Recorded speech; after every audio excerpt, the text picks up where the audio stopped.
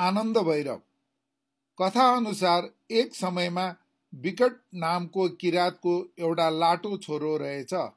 विकटले आफ्नो लाटो छोरोलाई ज्ञानधारा ज्ञान कुण्डमा स्नान गराएर ज्ञानेश्वर शिवलिङ्गको पूजा गरी छोडिदिएछ। लाटो छोरो त्यहीँ बसेर ज्ञानेश्वर शिवलिङ्गको आफ्नै एकोरो पाराले निस्वार्थ भावले सेवा गरी पूजा आराधना गरेर बसेछ। त्यसै लाटोमा ज्ञानेश्वर शिवलिङ्गको दृष्टि गएछ र ज्ञानेश्वर शिवलिङ्ग आफैले ज्ञान दिन सुरु गरेछन्। यसबाट लाटोको बोली फुट्यो र त्यसपछि उनी प्रखर विद्वान भएछन्। यसरी आफूले ज्ञानेश्वरबाट ज्ञान पाएर प्रखर विद्वान भएछ।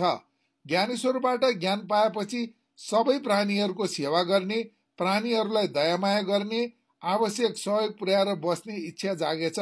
यसै क्रममा उहाँले आफ्नो विशेष लक्ष्य बालबच्चाहरूको सुस्वास्थ्य र समृद्धिको विषयमा सहयोग पुर्याउने इच्छा देखाएछन्।